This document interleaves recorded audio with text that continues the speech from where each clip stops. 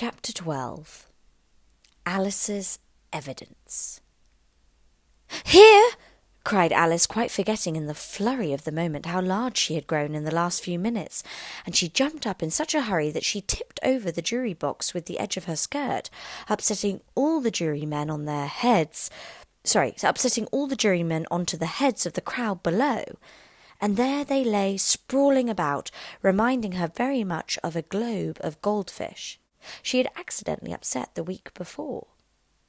"Oh, I beg your pardon," she exclaimed in a tone of great dismay, and began picking them up again as quickly as she could, for the accident of the goldfish kept running in her head, and she had a vague sort of idea that they must be collected at once and put back into the jury box, or they would die. "The trial cannot proceed," said the king in a very grave voice, "until all the jurymen are back in their proper places. All," he repeated with great emphasis, looking hard at Alice as he said so.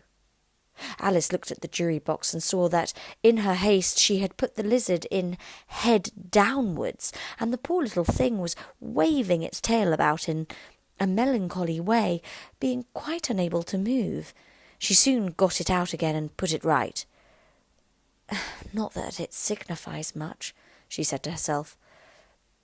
"I should think it would be quite as much use in the trial one way as the other."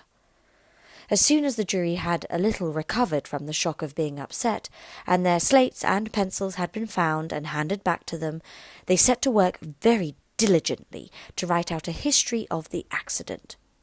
All except the lizard, who seemed too much overcome to do anything but sit with its mouth open, gazing up into the roof of the court.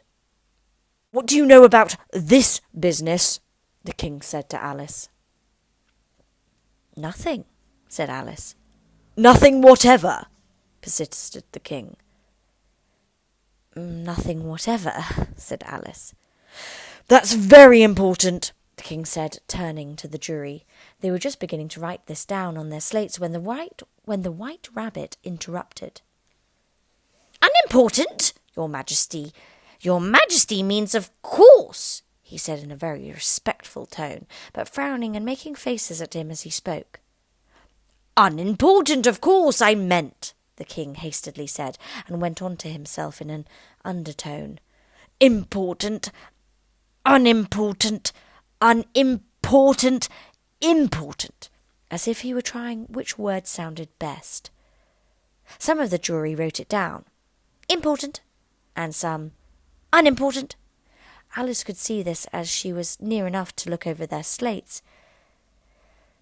"But it doesn't matter a bit," she thought to herself. At this moment the king, who had been for some time busily writing in his notebook, called out, "Silence!" and read out from his book, "Rule 42. All persons more than a mile high to leave the court." Everybody looked at Alice. "I'm not a mile high," said Alice. "You are," said the king. "Nearly 2 miles high," added the queen. "Well, I shan't go, at any rate," said Alice. "Besides, that's not a regular rule. You invented it just now." "It's the oldest rule in the book," the king said. "Then it ought to be number 1, said Alice. The king turned pale and shut his notebook hastily.